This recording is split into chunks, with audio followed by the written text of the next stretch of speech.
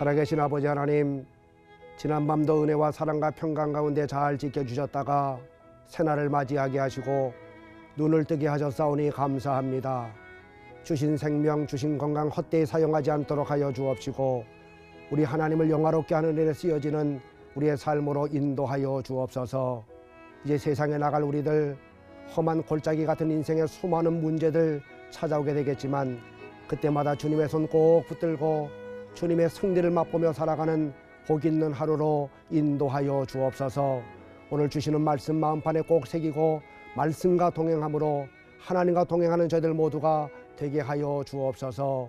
예수 그리스도의 이름으로 기도하옵나이다. 아멘.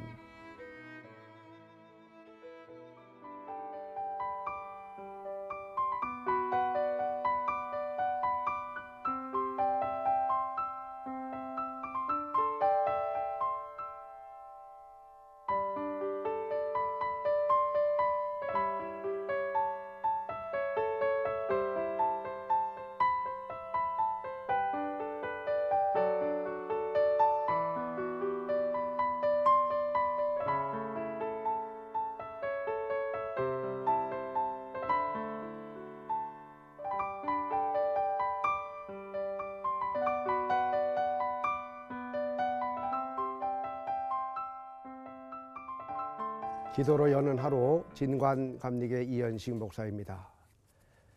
오늘 시편 23편을 기록한 사람이 다윗이라고 하는 사람입니다.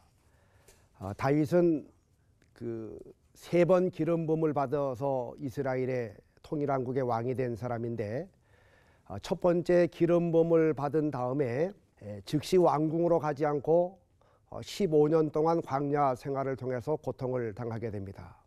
이제 그때 지어진 시편이 23편의 말씀입니다. 오늘 본문 4절을 보게 되면 사망의 음침한 골짜기라고 하는 그런 표현이 나옵니다.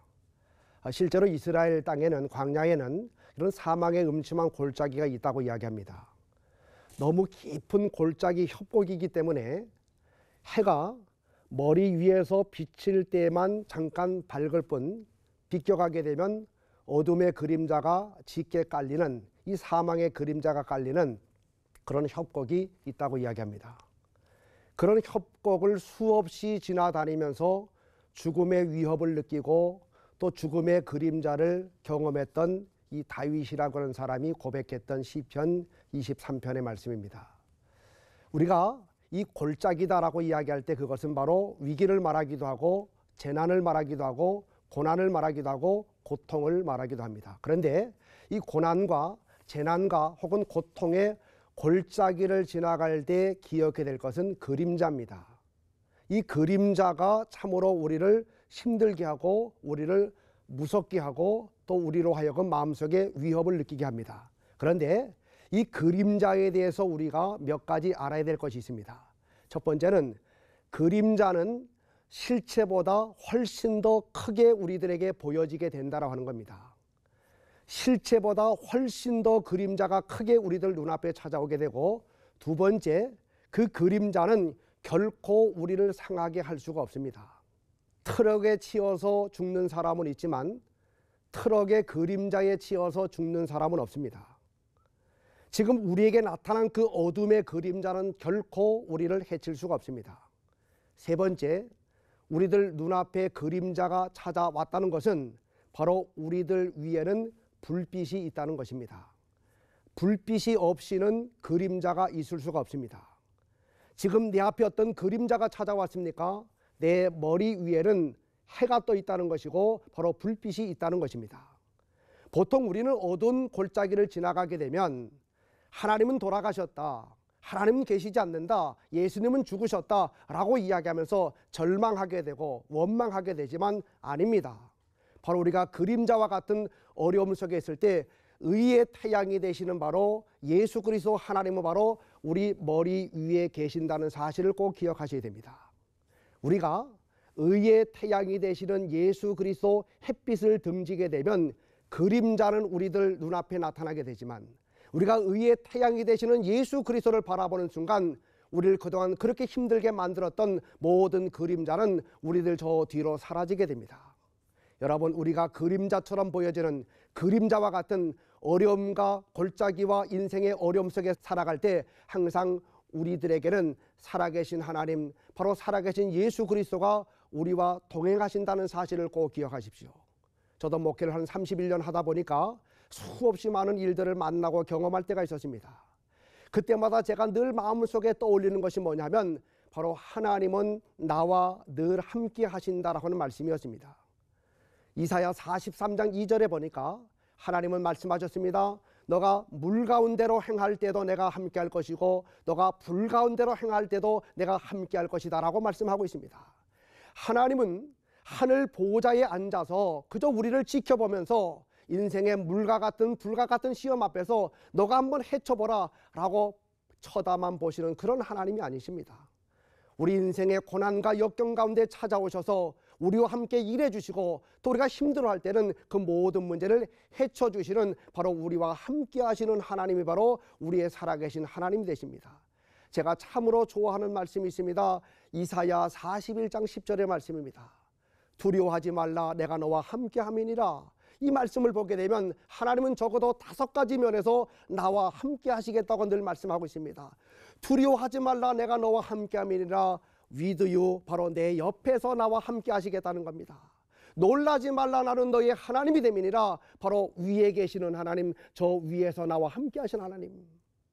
내가 너를 굳세게 하리라, 내 안에서 나와 함께 하신 하나님. 내가 참으로 너를 도와주리라, 주변에서 사람과 환경을 통해서 도와주시는 하나님.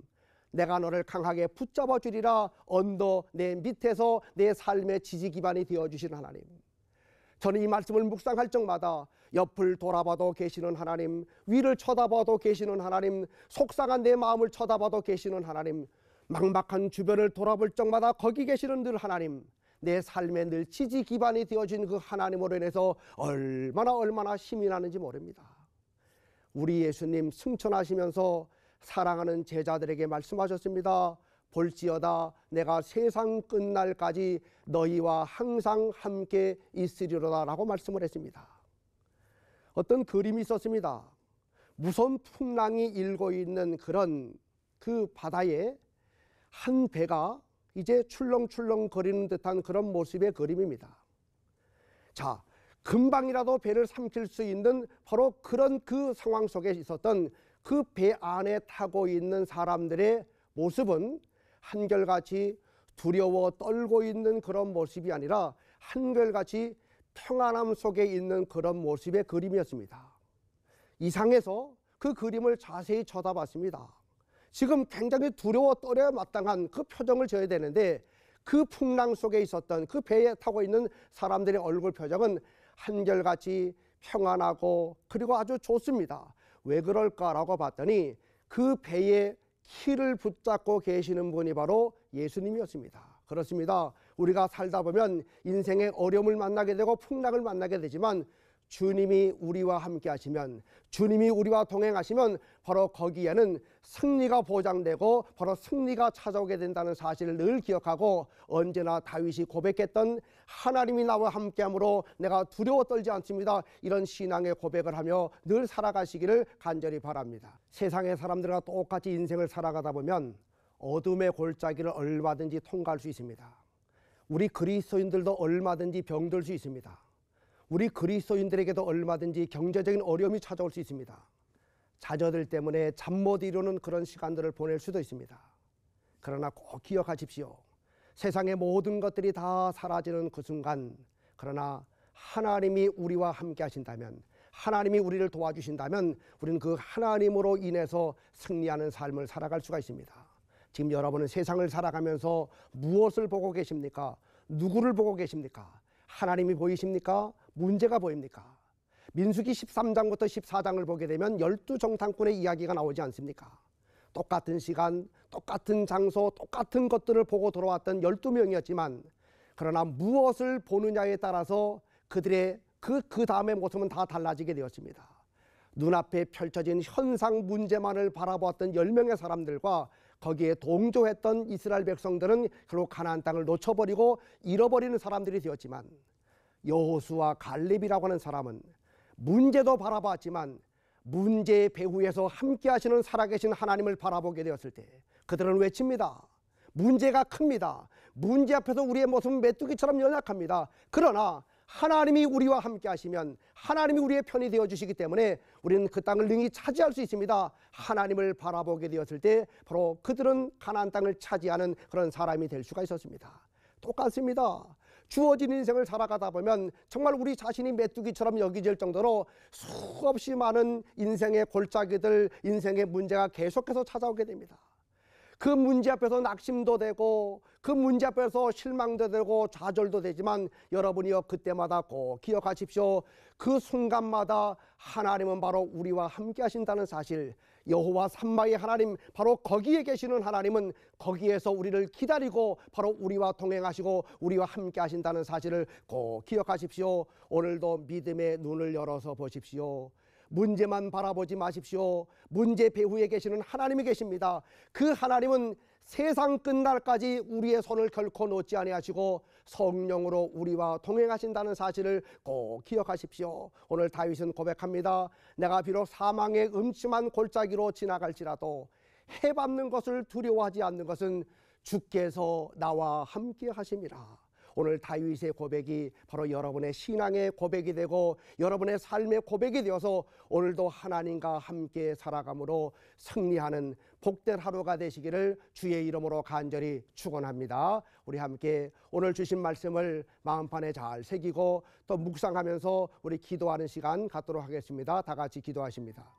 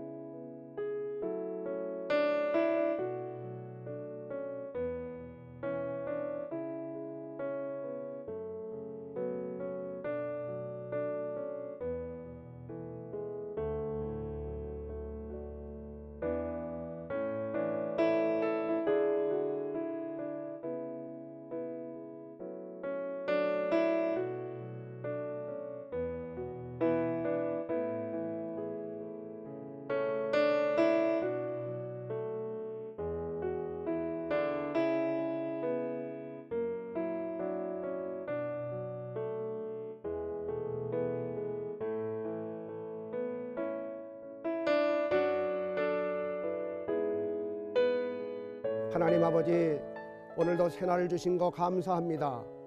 오늘도 살아계신 주님을 바라보고 주님의 손에 꼭 붙잡혀서, 아니 주님의 손을 붙들고 주님과 동행하는 복 있는 하루가 될 수 있도록 은혜 베풀어 주시어서 오늘 시편 23편 4절 다윗의 그 신앙의 고백이 우리의 고백이 되어지는 은혜를 베풀어 주시옵소서. 주님과 동행하는 복된 하루가 될 줄로 믿사오고 예수님의 이름으로 기도하옵나이다. 아멘.